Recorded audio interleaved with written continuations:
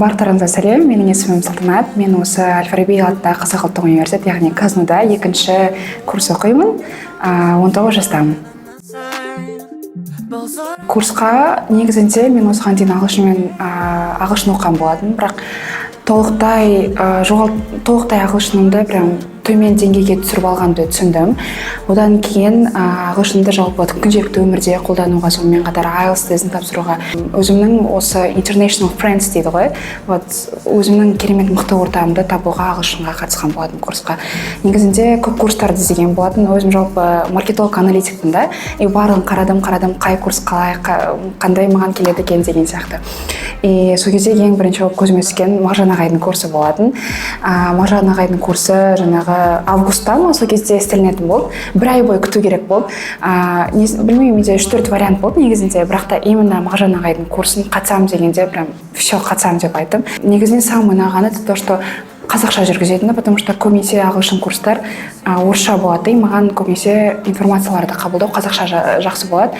Екіншісі, ағайдың прям андай EdVibe курсында жүргізетіні, ағайдың өзінің жеке профессиональності, яғни оның жаңағы до этого болған бэкграунды, нуда оқығаны, Қытайда оқып келгені деген сияқты. IELTS тоже 8,9 дегені. И чисто қарадым, мен ішімнен ойладым, мына ағай точно мен ағылшынға прям үйрете алады дедім. Солай осы курсқа қатысқан болатын. Негізі шынын айтайын ба, курс мені өмірімді до и после прям нереально өзгертті. Бізде Мағжан ағаймен таңертең сағат 7-де 6-дағы не болады, и мен вообще таңертең тұра алмайтынмын. И ағайдың арқасында өзімнің ұйқымды дұрыстаттым, и спортқа айналысып бастадым.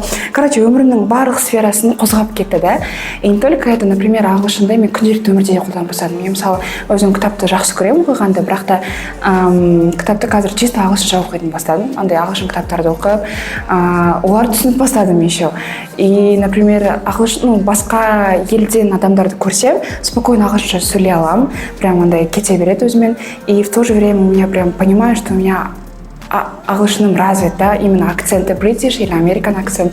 Вот сондай шадоуинг техникасының арқасында, кстати. Ағылшыным менің екінші өмірім болып кетті реально. Когда мен былай салтанат білек, ағылшынды қолданған салтанат білек. И в то же время өзімнің morning routine дейді ғой, вот рутинам пайда болды. Ағылшынды прям күнде практиковать етіп бастадым. Не только это, мен даже өзімнің айналама, ортама пайдам тиіп бастады да. Мен мысалы ағылшынша бір сөз айтып қалсам, олар переводын сұрайды, мен оларға айтамын, оларға үйретемін деген сияқты да.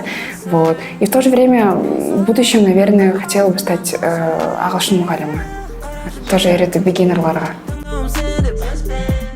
Негізінде бұны жалпы ешкімге айтқан жоқпын, бірақ осы бұйырса ағылшынның арқасында мен осы жазда ең керемет өзімнің город своей мечты дейді ғой, сол жақта Нью-Йоркта, яғни Америкада өткізейін деп жатырмын, Work and Travel программасымен 3 ай бойы. Негізінде визаға кірерде мен қатты қорықтым, потому что именно менен алған консул прям жаман сұрақтарды қойды, өте прям жесткий сұрақтарды қойды. И ол жақта менің ағылшыным жақсы болғандықтан, разговорный речім, акцентім жақсы болғандықтан спокойно алып шыға алдым да сұрақтарымен. И мне одобрили визу. Так что ағылшын оқыңдар. Ағылшынға байланысты бұйырса сдать IELTS, иншалла, и академия бизнеспен кетуге, и магистратураға, скорее всего, Италияға, неге ағылшынның арқасында осы прям андай мотивашка жазып, шетелге түсу.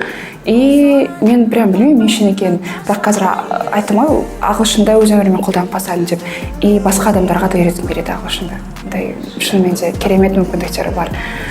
Ел аралайсың, жер аралайсың. Осыған дейін мен жалпы Грузияда болғанмын, и сол кезде ана жақта орысшаны көп білмейді екен да, и чисто ағылшынмен жүрдім да. Так что ағылшынның прям деңгейлері, оның беретін мүмкіндіктері өте көп. Green card алу деймін ба? Америкада шынымен де өмір сүріп қарау. Себебі былай қарап отырсам, Қазақстанда мүмкіндіктер бар жастарға, бірақ та шетелде мүмкіндіктер өте көп та, одан қарағанда салыстырмалы түрде қарасақ. И мүмкіндіктерін алып, и қазіргі, потом мен қартайым ғой енді, и Қазақстандағы осы жастарға шынымен де олардың барын көрсету, көмектесу сіз сияқты.